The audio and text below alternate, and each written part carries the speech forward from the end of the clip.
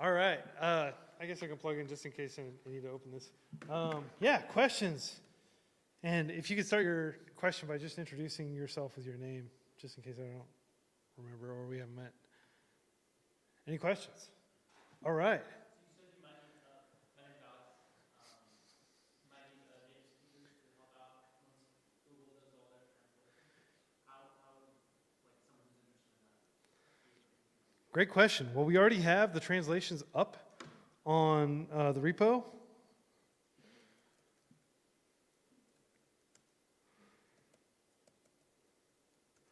And you can just navigate directly there.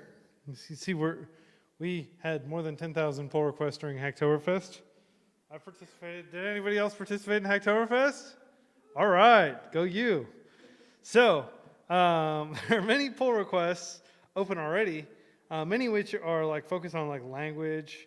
Like some of them are language specific. We've basically been doing most of the changes to the English language, and then our intention is that people who are maintaining the other languages, and we're looking for people to actually maintain the language as a whole, they get like a little notification. Oh, this changed.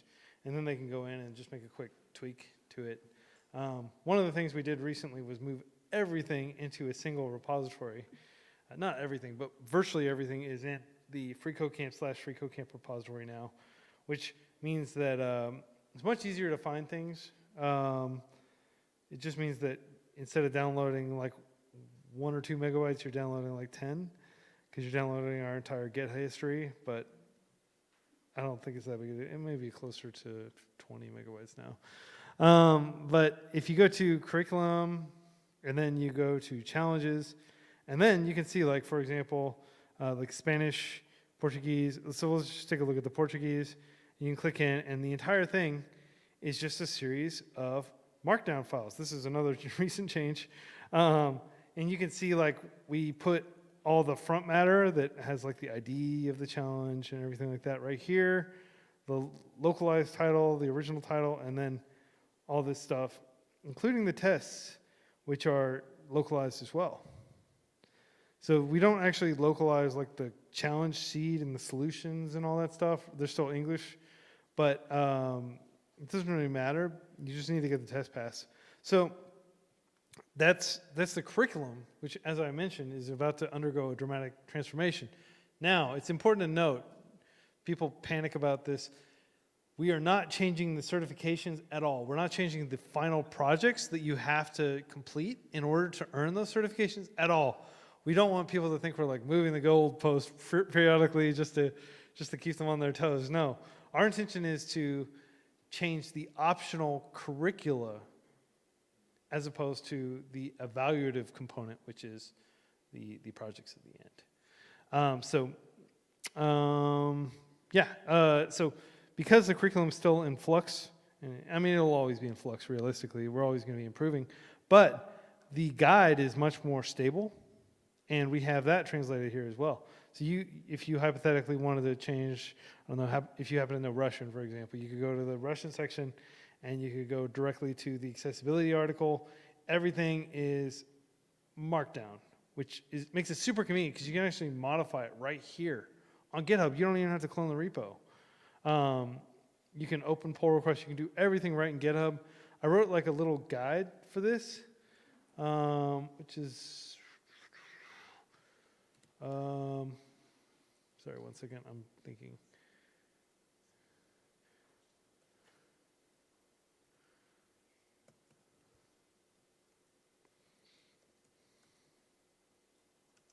Yeah, if you just Google Hacktoberfest, actually, I think it may be one of the top results. Yeah, just do an incognito. Yeah, here. Wow, second result. It's the medium version. But yeah, this article has like a tutorial built into it, and it tells you exactly how to go about like changing the files, and you can fork it. You can do everything right in GitHub, and that's a really key way to contribute. Another way is if you just go to contribute.freecodecamp.org, still a subdomain. We've got like all these different things that you can potentially help out with, including some documentation and everything. But the biggest places that we can use help just in general, adding subtitles to YouTube videos, which our YouTube channel has tons of like 4, 8, sometimes 9 or 10 hour videos, and Google for some reason refuses to auto caption anything longer than 4 hours.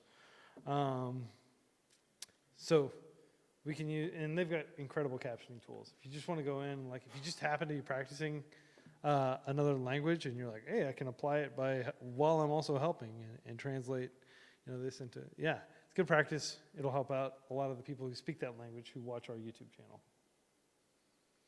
Great question. And you said your name was Alex? Yeah. Thanks, Alex.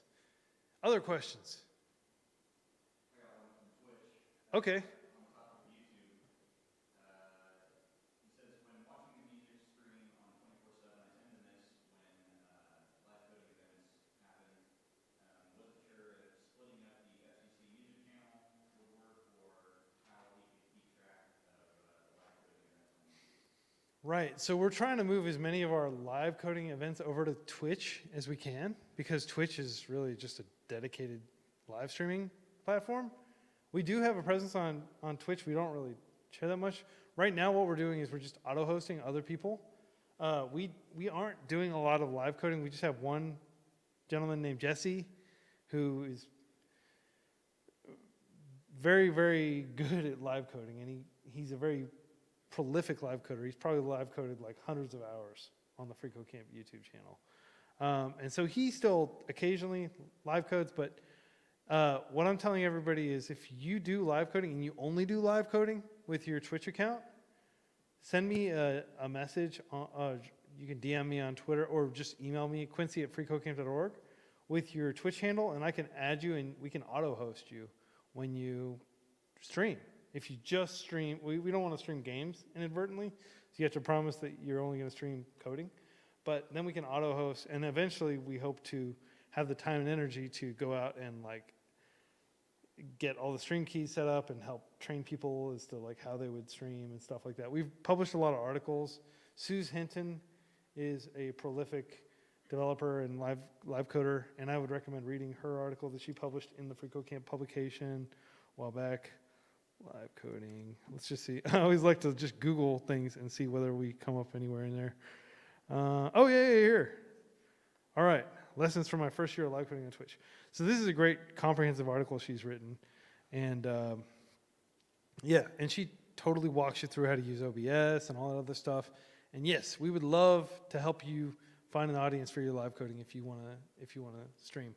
As far as just finding, so currently Twitch is basically just a way we curate other people's live coding.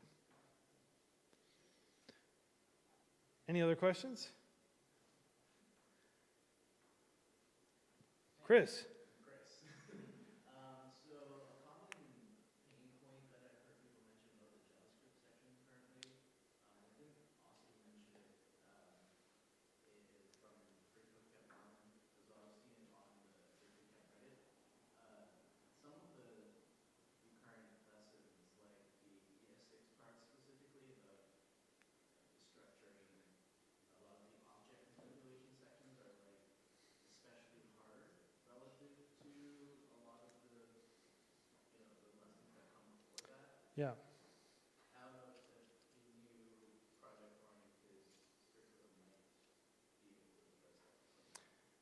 So breaking things down into smaller bits is our mantra. We just want you to have exactly one line of code or one concept that you're applying at any given time, so you can kind of have tunnel vision on that. Tunnel vision being a good thing in this case. That's one of the big challenges. Like originally when I designed the HTML and CSS and Bootstrap curricula, I did it in a way that was trying to step through and cover exactly one concept. And the idea was every single challenge would take exactly 2 minutes or less to do. And even for a layperson to like drop in and be like, oh, I can figure this out in 2 minutes. That was my litmus test. Now the curriculum has grown. I haven't personally been involved in every single, like I don't micromanage the curriculum. And what I do is drop, look in Google Analytics to see which challenges are taking people the longest time, and then I'll open up issues or talk to people about that. we're still going to have that level of granular insight. So if we do have challenges that are particularly stubborn, we can address that and break them down into smaller bits. But, or a lot of times just reword things will eliminate a lot of the confusion. But that's a known issue. There, like, for me, when I look at FreeCodeCamp, I just kind of almost cringe because I'm like, oh, I see all these imperfections, all this work that needs to be done. So I'm aware of it, and the team's aware of it, and we are working to remedy a lot of those things. And I do read the FreeCodeCamp subreddit, so I did see Austin's post that you mentioned. Alex? What about obtaining feedback from a person after they complete the lesson and ask them whether they thought it was like easy to read?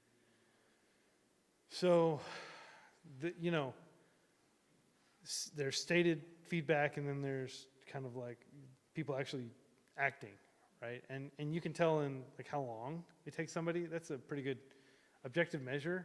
People tend to be like pretty subjective and flaky, as economists will say. So we try to do everything through like, I mean, we do ask questions where we ask for people's feedback. We do the annual survey, which we had 31,000 people complete this year. The new coder survey, the data sets up on kaggle.com and on our GitHub. But generally, we try to infer from data rather than asking people. I can't remember the exact terminology associated with those two different modalities, but yeah, like a lot of websites that ask, we have such a high volume of people using FreeCodeCamp, like millions of people, that we're able to make inferences to some extent.